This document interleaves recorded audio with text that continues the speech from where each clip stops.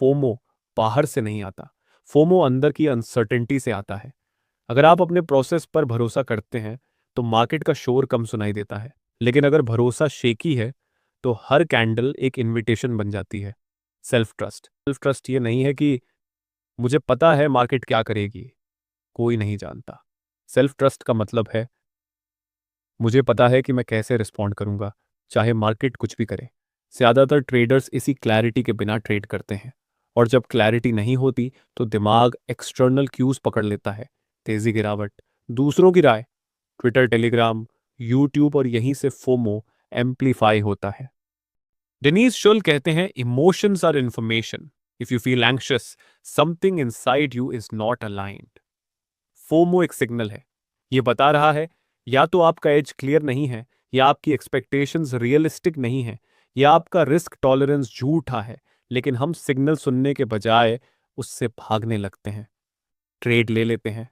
Waiting pen इसलिए देता है क्योंकि वेटिंग में आप अकेले होते हैं, ट्रेड में एक्शन होता है। एक्शन इल्यूजन देता है कंट्रोल का, लेकिन वेटिंग में आपको अपने थॉट्स सुनने पड़ते हैं। और वहीं इनसिक्योरिटी बाहर आती है, कहीं मैं गलत तो नहीं, कहीं मैं पीछे तो नहीं रह गया, कहीं मैं एवरेज तो नहीं हूं। फोमो ट्रेड इन सवालों से अस्थायी राहत देता है, परमानेंट सॉल्यूशन नहीं। फोमो कभी खत्म नहीं होता, मैच्योर होता जाता है। अब यहां एक मिथ तोड़ना जरूरी है, फोमो कभी पूरी तरह खत्म नहीं होता। जो ट्रेडर ये दावा करता है वो या तो झूठ बोल रहा है या वो सेल्फ वेयर नहीं है। डिफरेंस ये है, बिगिनर फोमो इंपल्सिव होता है, प्रोफेशनल फोमो कंट्रोल्ड होता है। आखिर प्रोफेशनल ट्रेडर्स क्या अलग करते हैं? प्रोफेशनल ट्रेडर्स भी मूव देखते हैं, उनका भी दिल करता है, लेकिन वो एक चीज अलग करते हैं, वो प्रोसेस को मिस नहीं करते।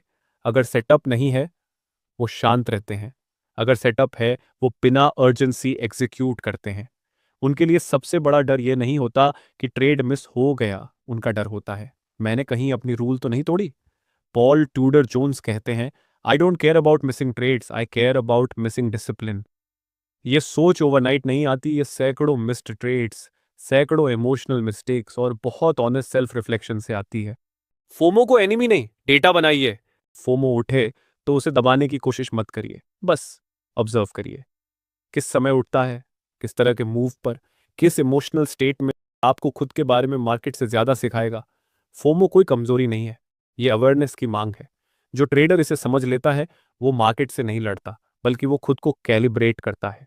फोमो से निकलने का असली फ्रेमवर्क कोई मैजिक नहीं, सिर्फ क्लियरिटी। सबसे पहले एक बात साफ कर लेते हैं, फोमो को खत्म करने का गोल गलत है। गोल होना चाहिए फोमो के बावजूद सही डिसीजन लेना, क्योंकि डिसीजन मेकिंग परफेक्ट नहीं होती, प्रोसेस रोबस्ट होती है। रिटेल ट्रेडर्स अपॉर्चुनिटी को ऐसे देखते हैं, मार्केट चल रहा है मतलब अपॉर्चुनिटी। लेकिन प्रोफेशनल्स इसे ऐसे देखते हैं, अगर मेरे रूल्स के अंदर आता है तो ही ये अपॉर्चुनिटी है। ये सबटल डिफरेंस पूरा गेम बदल देता है। जब तक अपॉर्चुनिटी मार्केट डिफाइन करता है फोमो रहेगा, जब अपॉर्चुनिटी आप डिफाइन करते हैं फोमो वीकन हो जाता है। क्वेश्चन जो आपको खुद से पूछना चाहिए, अगर ये मूव कल रिपीट हो जाए और मैं इसमें ना रहूं तो क्या मेरा प्रोसेस फेल होगा? अगर जवाब नहीं है तो ट्रेड छोड़ देना लॉजिकल है। अगर जवाब हाँ है तो शायद आपका प्रोसेस ही वीक है। ये सवाल इमोशन को लॉजिक में कन्वर्ट करता है। फोमो ज्यादातर तब आता है जब आप शॉर्ट टर्म आउटकम को लॉन्ग टर्म आइडेंटिटी से जोड़ देते हैं। एक ट्रेड मिस करना आपको ट्रेडर के तौर पर छोटा नहीं बनाता। 100 ट्रेड्स का सैंपल एक ट्रेड से डिसाइड नहीं होता। मार्क डगलस यही सिखाते हैं, think in probabilities not in individual outcomes. जब तक आप सैंपल सोच नहीं अपनाते, हर कैंडल पर्सनल लगेगी। रूल्स क्यों लिखे जाते हैं और फॉलो क्यों नहीं होते? अब एक कड़वा सच, ज्यादातर ट्रेडर्स के पास रूल्स होते हैं। प्रॉब्लम रूल्स की कमी नहीं है, प्रॉब्लम है इमोशनल बिलीवेबिलिटी की। आप वही रूल फॉलो करते हैं जिस पर आप इमोशनली विश्वास करते हैं। जब फोमो आता है दिमाग एक साइलेंट आर्गुमेंट शुरू करता है, रूल बाद में देखेंगे, बस इस बार एक्सेप्शन, मार्केट अलग है आज। और क्योंकि रूल फ्यूचर पेन से बचाने के लिए है और फोमो प्रेजेंट पेन से, तो प्रेजेंट जीत जाता है। रूल तभी बिलीवेबल बनता है जब आपने उसे वियोलेट करके पूरा इमोशनल प्राइस चुकाया हो। इसलिए पेपर ट्रेडिंग कभी इमोशनल एजुकेशन नहीं देता। आपको यह जानना होगा रूल तोड़ने पर लॉस कैसा लगता है, अकाउंट हिट होने पर मन कैसे रिएक्ट करता है, गिल्ट और रगलेट का वेट कितना भारी होता है। यही पेन रूल्स को रियल बनाता है। एक पावरफुल एक्सरसाइज। हर फोमो ट्रेड के बाद एक सवाल लिखिए, अगर यही डिसीजन मैं शांत दिमाग से लेता तो क्या यही करता। इसका जवाब धीरे धीरे आपकी ऑनेस्टी बढ़ाएगा। ट्रेडर्स सोचते हैं, मुझे मजबूत बनना है, मुझे कंट्रोल करना सीखना है, लेकिन डिसिप्लिन कोई पर्सनालिटी ट्रेट नहीं है, ये एनवायरनमेंट का रिजल्ट है। आपका will power bar bar fail क्यों हो जाता है? दरअसल विल पावर लिमिटेड रिसोर्स है, लेकिन मार्केट इन्फिनिट ट्रिगर्स देता है। आप हर कैंडल पर स्ट्रांग नहीं रह सकते, इसलिए प्रोफेशनल्स अपने एनवायरनमेंट को ऐसा डिजाइन करते हैं कि टेम्पटेशन कम हो जाए। कुछ स्ट्रक्चरल चेंजेस जो फोमो को कम करते हैं: स्क्रीन टाइम सीमित करें, ओवर ट्रेडिंग वाले टाइम स्लॉट्स पहचानें, सिर्फ प्री डिफाइंड अलर्ट्स पर रिएक्ट करें, रैंडम चार्ट वॉचिंग बंद करें। जेसी लिवरमोर ने कहा था, money is made in sitting, not trading. लेकिन सिटिंग तभी पॉसिबल है जब आपका स्ट्रक्चर आपको बैठने देता है। आपको फोमो से लड़ना नहीं है, फोमो को आउटग्रो करना है, और आउटग्रोथ एफर्ट से नहीं, डिजाइन से होता है। आखिर में जब आप सब कुछ जोड़ते हैं तो एक बात बहुत साफ दिखती है, फोमो कोई अलग समस्या नहीं है, ये किसी एक गलती का नाम नहीं है। फोमो एक सिम्टम है। यह सिम्टम बताता है कि आपका अंदरूनी सिस्टम मार्केट की अनसर्टिनिटी के साथ पूरी तरह अलाइंड नहीं है। आपने देखा, फोमो अर्जेंसी से पैदा होता है और अर्जेंसी सर्टेनिटी की भूख से आती है, और सर्टेनिटी की भूख एक प्रोबेबिलिस्टिक वर्ल्ड में हमेशा दर्द देती है। मार्केट कभी गारंटी नहीं देता, लेकिन हमारा दिमाग गारंटी ढूंढता रहता है। यही कॉन्फ्लिक्ट हर ट्रेडर को थकाता है, एक अनकंफर्टेबल लेकिन लिबरेटिंग सच। आप मार्केट को कभी बीट नहीं करते, आप मार्केट को प्रिडिक्ट नहीं करते, आप बस ये सीखते हैं कि आप खुद को कैसे मैनेज करें जब मार्केट कुछ भी कर रहा हो। मार्क डगलस की शायद सबसे अंडररेटेड सीख यही थी, the goal is not to eliminate fear but to accept it and still act appropriately. FOMO को एलिमिनेट करने की कोशिश आपको हमेशा फ्रस्ट्रेट करेगी, लेकिन फोमो को समझ लेना आपको मैच्योर करेगा। आप जो सच में मिस कर रहे थे पूरी कहानी में, एक साइलेंट मिसअंडरस्टैंडिंग चलती रही।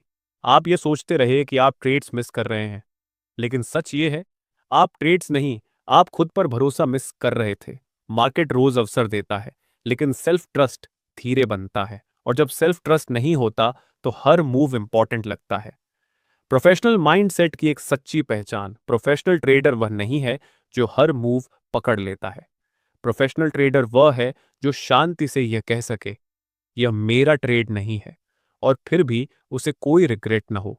यह इंडिफरेंस नहीं है, यह क्लैरिटी है।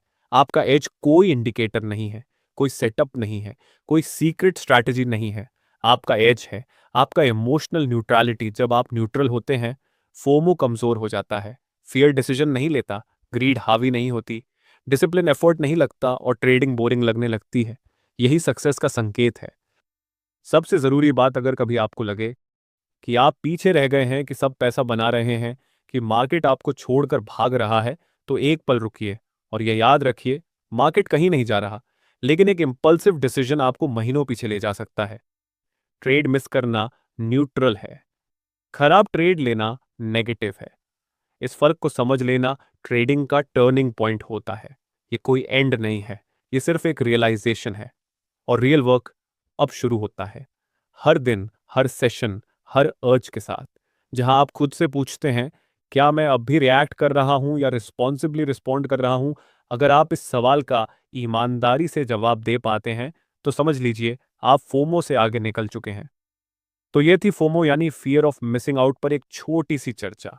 अगर वीडियो पसंद आई हो तो चैनल को सब्सक्राइब करें, वीडियो को लाइक करें, और अपने दोस्तों से भी शेयर करें।